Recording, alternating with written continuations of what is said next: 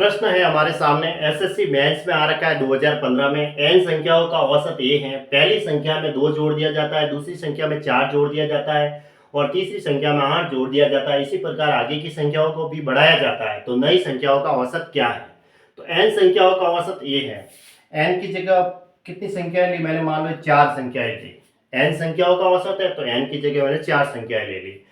अब n बराबर कितना लिया हमने? 4 ले लिया। अब इनका औसत ये है तो एवरेज कितना आ रहा है? 1 + 2 + 3 + 4 बटा संख्याएं कितनी है? राशियों का योग बटा राशियों की संख्या करेंगे। राशियों का योग कर दिया बटा संख्या 4 है। तो देखो 10/4। अब इसको 2 से काटेंगे तो ये 5/2 आया, यानी कि a की वैल्यू कितनी प्राप्त हो गई? 5/2। ये आई a की वैल्यू 5/2 जब n बराबर मैंने 4 लिया, क्योंकि n संख्याओं का औसत a है तो a की वैल्यू ये आ गई, एवरेज मतलब औसत। ठीक है, पहली संख्या में 2 जोड़ दिया जाए। अब जैसे संख्या है कौन सी थी? 1 2 3 और 4। पहली संख्या में ये 2 जोड़ रहा है, फिर कह रहा है दूसरी संख्या में 4 जोड़ दिया जाए, तीसरी संख्या में 8 जोड़ दिया जाए। उसी प्रकार आगे की संख्याओं को बढ़ाया जाता है। देखो पहली संख्या में 2 जोड़ा, दूसरी में तो 2 का 2 से गुणा करके 4 जोड़ा, फिर 2 से गुणा किया और 8 जोड़ा, तो फिर आगे 2 से गुणा करेंगे तो 8 दूनी 16 जोड़ेंगे। ऐसे अब जोड़ दो तो नई संख्या कितनी हो जाएगी? 1 और 2 3, 4 और 2 6, 8 और 3 11, 16 और 4 20। अब इनका नया औसत निकालना है, नई संख्याओं का औसत, तो नया औसत निकाल दो। औसत बराबर राशियों का योग बटा राशियों की संख्या, इन सबको जोड़ दो। ऐसे 3 + 6 + 11 + 20 बटा संख्या 4 है। तो अब जोड़ने के बाद 40/4 आया, यानी कि नया औसत आ गया है हमारे 10। तो नई संख्याओं का औसत कितना है? 10 है। अब 10 किस में आएगा? ऑप्शन से चेक करके देख लेते हैं। ऑप्शन ये लेके देखते हैं। देखो a की जगह क्या रख लेते हैं? 5/2 रखा था, 5/2 आया था एवरेज।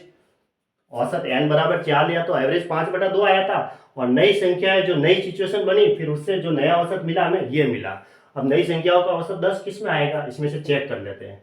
a की जगह कितना है? 5/2 प्लस 2 की पावर n की जगह 4 है, 4 - 1/2। अब इसको सॉल्व करते हैं तो 5/2 प्लस 4 में से 1 गया 3, तो 2 का क्यूब बटा 2।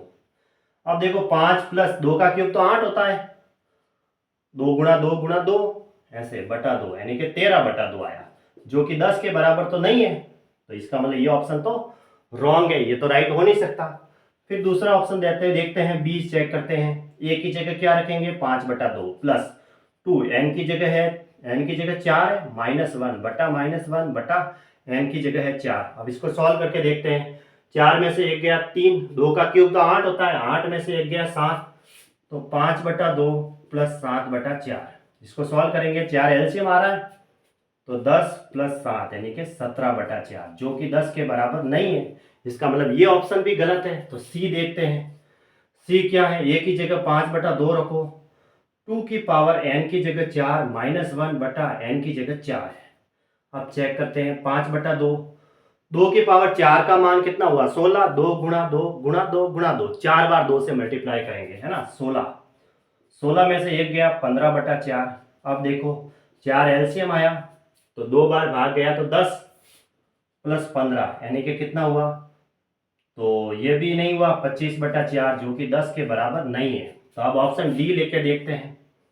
a की जगह 5/2 प्लस 2 गुणा 2 की पावर n है, तो 2 की पावर 4 माइनस n की जगह 4 है, -1 बटा n की पावर, n की जगह कितना है? 4 है।